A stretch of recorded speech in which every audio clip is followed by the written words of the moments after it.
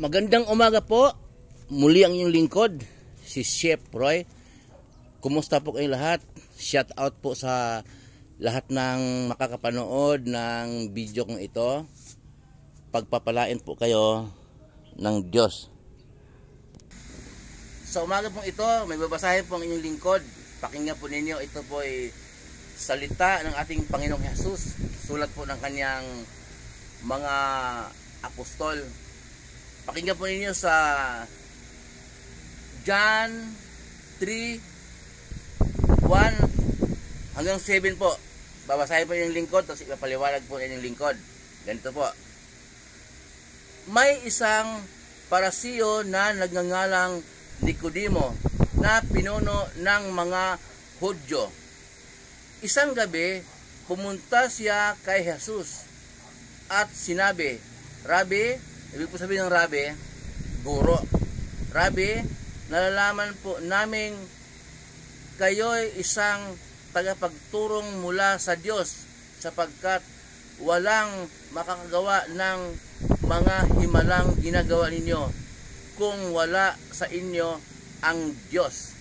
Okay, yun po ang sabi ni Nicodemo.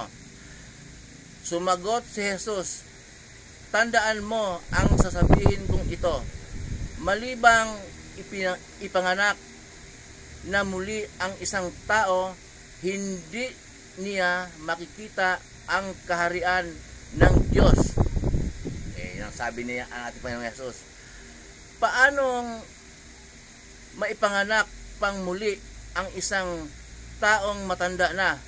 Makakapasok pa ba siya sa sinapupunan ng kanyang ina para muling ipanganak? Tanong po ni Nicodemo. Sagot naman ni Jesus, tandaan mo ang sinasabi kong ito. Malibang ang isang tao ay ipanganak sa pamamagitan ng tubig at espiritu, hindi siya makakapasok sa kaharian ng Diyos. Ang taong ipinanganak sa laman ay laman, at ang ipinanganak sa espiritu ay espiritu. Huwag kang magtaka sa sinasabi ko sa iyo. Kayong lahat ay kailangang ipanganak na muli. Okay? Ang sabi po natin Panginoong Jesus kay Nicodemo, kayong lahat ay kailangang ipanganak na muli. Okay. Si Nicodemo po ay guro siya sa Israel. Kaya siya po pinuno ng mga Hudyo. Kita mo, guro siya pero hindi niya naintindihan. Ang sabi ni Nicodemo, paano ipanganak muli ang isang taong matanda na? Makakapasok pa ba siya sa sinapupunan ng kanyang ina para ipanganak siya muli? Yun ang sagot ni Nicodemo sa paliwanag ng ating Panginoong Jesus, pero hindi niya naintindihan. Ang sabi ng ating Panginoong Jesus, ang ipinanganak sa laman ay laman. Okay? Kaya po tayo, ibig sabihin ng laman, ito po, may laman. Kayong lahat din may laman. Lahat ng nakakapanood ng video ko ito, lahat ng mga tao, ibig sabihin ng laman. Hindi po, ibig po sabihin ng laman, hindi espiritu. Kasi pag espiritu po, hindi din makikita. Pero dalawa po yung uri ng espiritu, ha. May espiritu naman na alagad ni Satanas. Pero ang espiritong tinutukoy ng ating Panginoong Hesus, tiyak na, matik na yun na alagad ng Diyos. Kaya ang pinanganak sa laman, tayo po laman. Hindi espiritu, laman. Ibig sabihin, ang ating Panginoong Hesus, ipinanganak ka sa laman, tayo, laman. Ang laman po ay makasalanan. Okay po? Ang nauna po sinasabi ng lingkod na ang lumikha ng daigdig ay Diyos.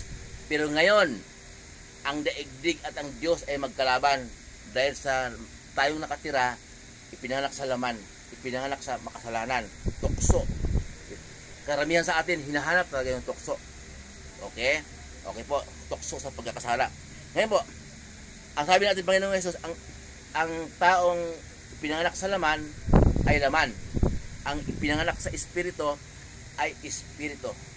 Okay po. Ang ibig sabihin natin Panginoong Hesus, kailangan tayo po, sabi dito, huwag kang magtaka sa sasabihin kong ito. Kayong lahat ay kailangang ipanganak na muli. So, mula sa pagiging laman, nung dumating ang ating Panginoong Hesus, kailangan pong ipanganak tayo uli sa espiritu. Ang ibig sabihin noon, kailangan magkaroon tayo ng banal na espiritu upang maunawaan po natin ang nais ng Diyos Ama na makapangyarihan sa lahat. Ang nais ng Diyos Ama na makapangyarihan sa lahat, mababasa po natin sa Mateo 17:5. Ang sabi, ito ang minamahal kong anak na lubos kong kinalulugan, pakinggan ninyo siya. Yun po ang nais ng Diyos Ama. Pakinggan natin si Jesus. Ang tinutukoy niyang anak, si Jesus. Pakinggan po natin siya. Kailangan ang turo natin Panginoong Jesus, siya pala ang ating pakinggan. Iba kasi to, ng tao ang pinakinggan, akala nila banal na sila, akala nila Kristiyano na sila. Pag Kristiyano po tayo, kailangan ang pakinggan po natin ang turo ng ating Panginoong Hesus. Paano mangyari yon? Kailangan po magkaroon ng banal na espiritu upang manguna po sa atin para maunawaan po natin ang turo ng ating Panginoong Hesus, maunawaan po natin ang kalooban ng Diyos Ama na makapangyarihan sa lahat. Kaya ang sabi ng ating Panginoong Hesus, ang pinanganak sa laman ay laman. Pag tayo, pinanganak tayo sa laman, laman, makasalanan po tayo.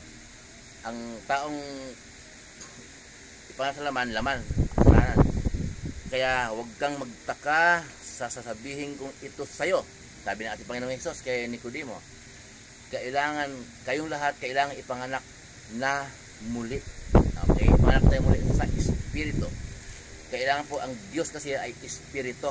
Ang ibig sabihin po, kung nasaan ang espiritu, nandun ang katotohanan. Espiritu. Sasamba tayo sa espiritu, luluhod tayo na magpakumbaba, nakapikit, at walang kaharap na ribulto. Yun pong ibig sabihin noon.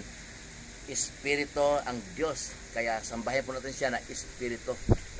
Maramdaman natin at wala tayong makikitang kung anumang bagay, material, ribulto. Yun po ay hindi tinuturo po ni Jesus. Mga ribulto, mga rosaryo, mga mapupunta ka daw sa purgatorio. Yun po ang ibig po sabihin noon. Kailangan ipanganak tayo muli. Kailangan ito na, dumating ng ating Panginoong Hesus, yung turo niya ang ating susundin. Dahil yun po ang nais ng Diyos Ama na makapangyarihan sa lahat. Muli pong inyong lingkod, si Chef Roy. Pagpapalain po kayo ng Diyos. Kasamahan kayo ng Diyos kahit saan po kayo pupunta, sa mga pinasukan yung trabaho, mga negosyo, na kahit anong pinagkitaan po niyo sa buhay ayon sa kalooban ng Diyos.